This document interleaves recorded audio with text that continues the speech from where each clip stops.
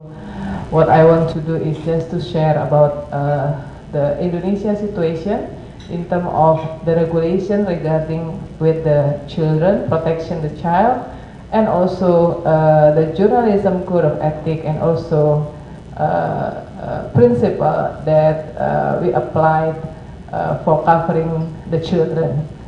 I would like to start with the violence on children, the increasing case trend. I took the data from Indonesia Commission for Child Protection. In 2008, there was 1,726 report on violence against children handled by the Commission, and the trend is increased. On May 2010, there is about 1,826 cases, and I believe that based on the coverage in the media that we monitor, that the current situation is even worse. So the data should be bigger. And this is the Law 23/2002 on child protection. In Article 2, it is stated that the implementation of the protection for children is based on principle of the Pancasila, this is Indonesia philosophy, and on the Constitution 1945, as well as the basic principle of the Convention on the Rights of the Children, which cover non-discrimination, prioritizing what's the best for the children, the right to life, to perpetuation of life, and to development, and respect for the opinion and the child.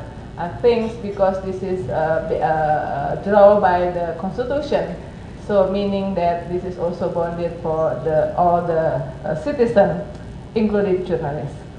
On the Article 24, the state and government guarantee that the child can use his or her right to convey his/her opinion in accordance with the child age and the level of intelligence of education. It's too little. Don't bother to try to read it, because I myself -7 too. So this is about the Indonesia Country Report on Welfare and the Protection of the Children. I just want to highlight that there are a lot of problems. For example, 3 million children working potential occupation, at least 30% of female sex workers in Indonesia under 18 years of age, with children as young as 10 years old are forced into prostitution. So all the situation is become the object of media coverage, included the latest data from Indonesia Commission for Child Protection. More than 7,000 juveniles are in detention facilities and prison across the nation. More than 85% of Indonesia children who are brought to court for crimes are sentenced to prison. The other issue of concern is the spatial vulnerability of the children and of course women in conflict of disaster affected communities, including more than 2,000 children left parentless and many more psychological affected after the tsunami that struck Aceh in 2004 December and North Sumatra on December 26.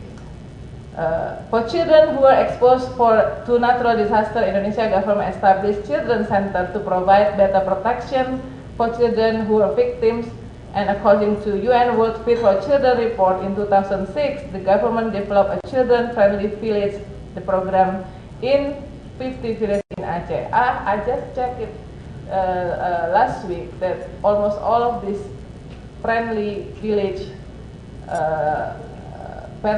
children village was already disappears, while so many children still have a problem there. I think this should be one of the interesting coverage for the media, who recently busy to cover political issue that sometimes not really related with the public, because it's more to sensationalism and to the political party or political figure interest. The special protection got more media attention based on the case reported. I can share that the government guarantee the rights of all children. I read the code of ethics and the regulation in Filipina, which is for me is quite detailed and good.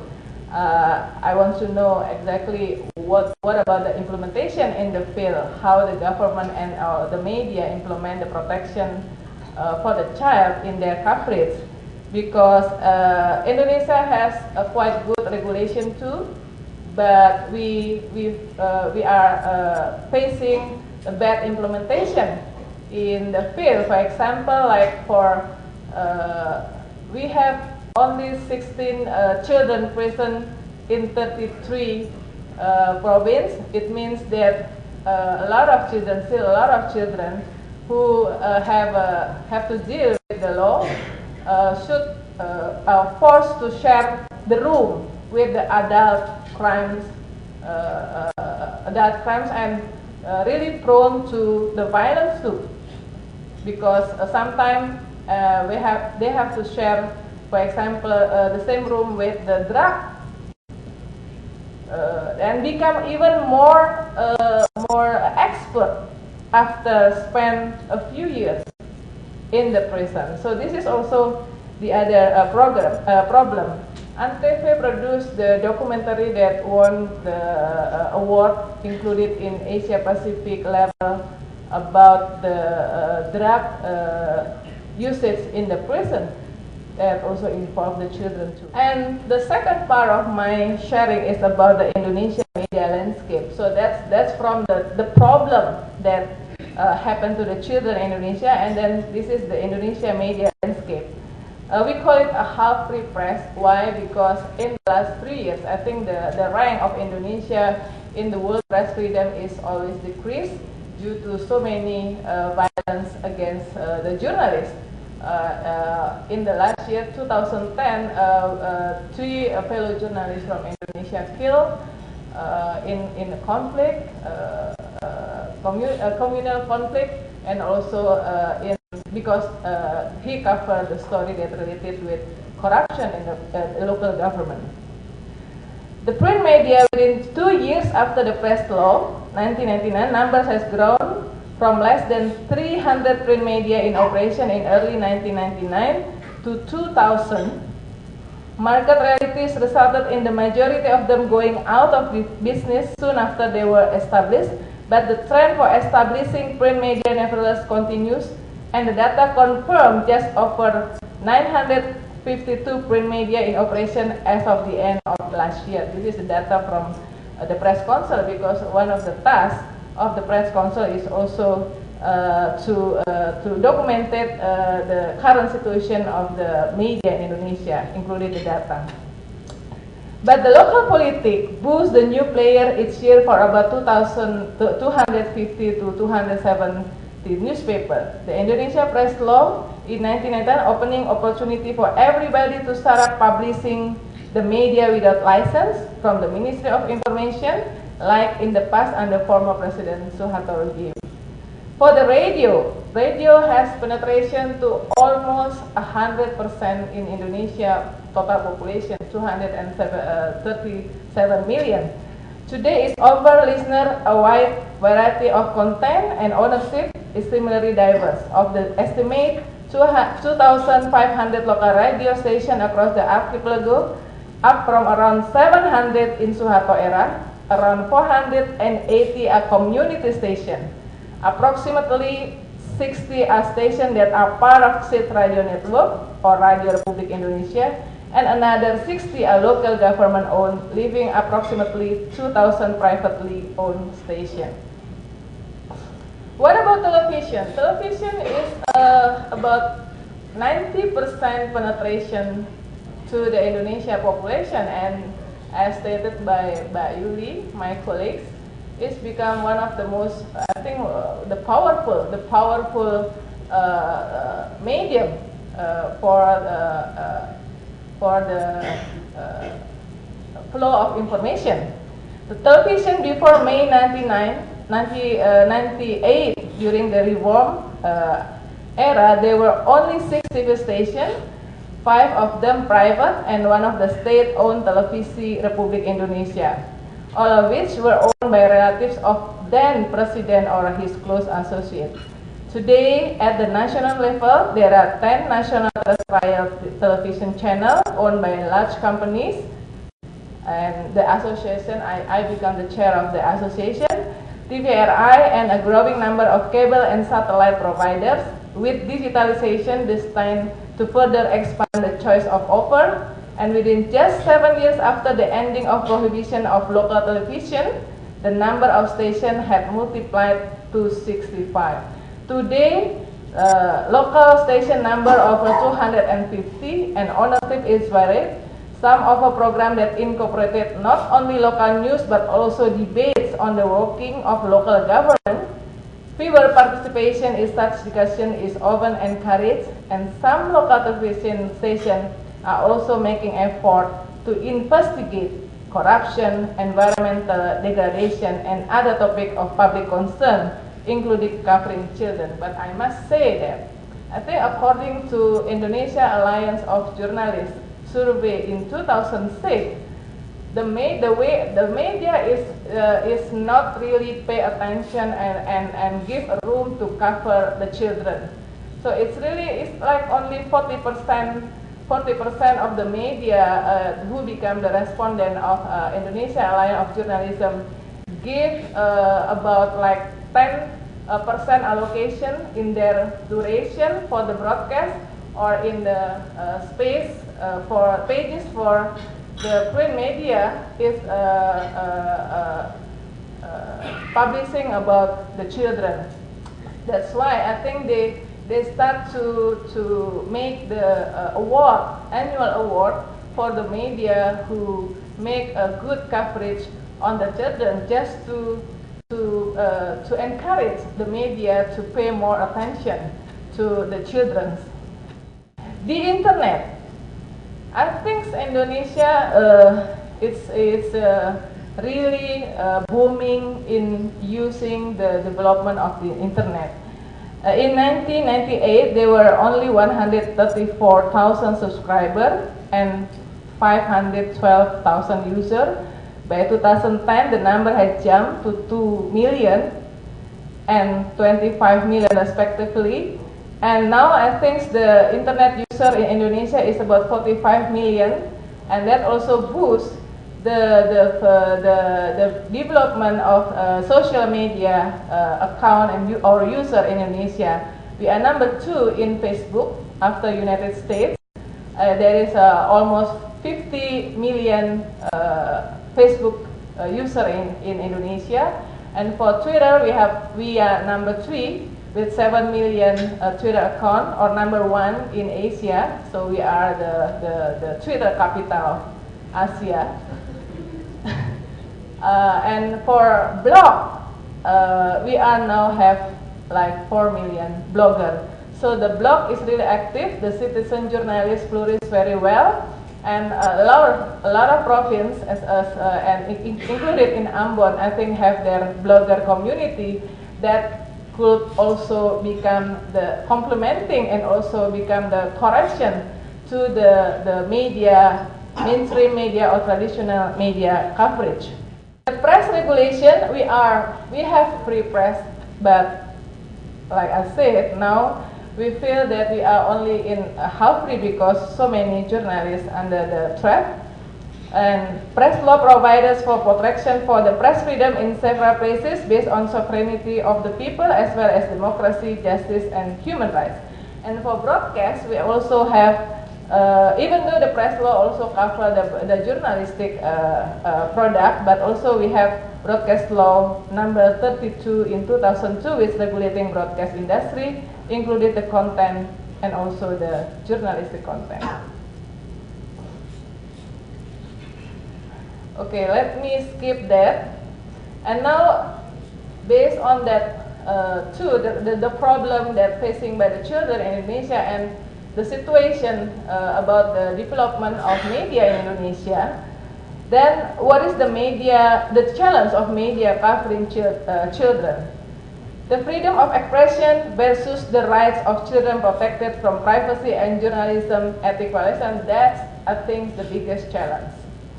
Reform brings 100 new media organizations, 1,000 journalists, Indonesia has about 30,000 journalists, and 80% of them have not understand the code of ethics.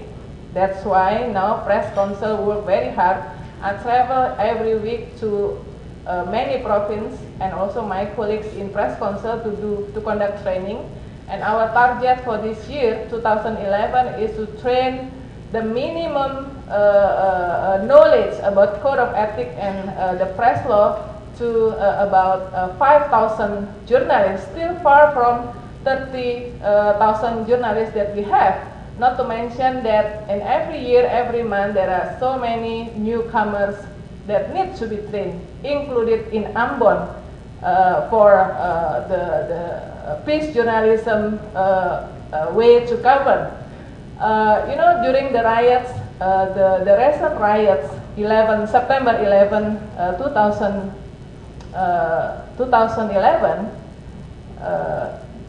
compare with the Ambon conflict.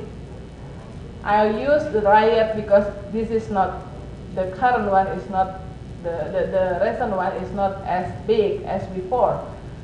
It's 3 people killed compared with hundreds in 1999 as stated by Yuri. But the way the media cover the conflict is far more better. To answer the question from the colleagues from Malaysia, now there is no media acting like before. I mean, try to voices from both sides, from Christian and then from the Muslim. No. All the media with all their, I mean, of course there is no 100% excellent, but far more better. There is assessment from Press Council. They apply peace journalism. They are afraid. They feel that if they report to the public like the way they report to the public in 1999, so they are the one who become the victim from the social economic condition. The investor feel that Ambon is not safe, so the economic development will affect it. So that's the case now. And I think 2 weeks after the September 11 riots, Press Council together with Indonesia ICRC, Sony is here, we were doing training in peace of journalism, media safety, and humanitarian law to journalists in Ambon. But why they need it, even though they already have the peace journalism training after the 1999? Because like I said, there are a lot of newcomers in the last 10 years. So I believe that based on the Ambon case, and also yesterday I mentioned I was together with Caroline in 7 ASEAN-European interfaith dialogue. Based on that, our experience and also what happened, how the media covered the Oslo mass killing, while at the first time they say that the one that doing that is the people that related with Al Qaeda, and then it's not really. It's but even though in Norway, in Scandinavian country, that in the world of press freedom ranked as the highest, as very advanced in the media, they are like what I mean, like. There is a threat to violate the code of ethics in that kind of situation. So I want to say that the training should become the process that not ended only when the conflict happened, but should conduct continuously, included in train how the journalists cover the children. This is the approach that we share in Press Council to share or doing training for the journalists to cover the children. We are using mostly the ICRC guideline for journalists. We can read it easily in the internet, putting children in the right. And then this is the article in Indonesia Journalist Code of Ethics that stressing how important to to put the children interest on the highest place among others during the coverage, protecting them, privacy, confidentiality. That's the universal principle in covering the children. For example, in Article 5, the Indonesian journalist does not disclose and broadcast the identity. I mean, we know that. But like I said, 80% of Indonesian journalists not reading the code of ethics. So that's create the problem. Yeah. And also in broadcast law, because using the public domain, the code of ethics is even more detailed. I want to end this sharing with say that covering children from violence to privacy violation case become weekly assignment for Indonesian journalists. Applying highly standard of journalism on stories related with the children will bring benefit not only for the children and the future of the nation, but also one of the important element of journalism, promoting the right of the voiceless. And the right to freedom of expression is always important to media professional, but has to be balanced against other important rights, most notably the rights to child, the right for children to freedom from fear and exploitation. And I think in the coming years, two things that really become the focus of the training that will conduct by the Press Council in Indonesia due to the situation in Indonesia is, one is the how to report the conflict, because before we feel that we only need to train the journalists that live in the conflict-prone area like Ambon, Poso, Kalimantan, but now or Aceh. But now we realize that we need to train all of them in any area, even in Jakarta, the capital city. They need to know better about how to cover the conflict. And the second thing is about how to cover the children, because children problem is really big, and the media is, you know, sometimes is not really pay attention how to cover the children stories according to Code of Conduct. So this is some of the things that I want to share to you. Thank you.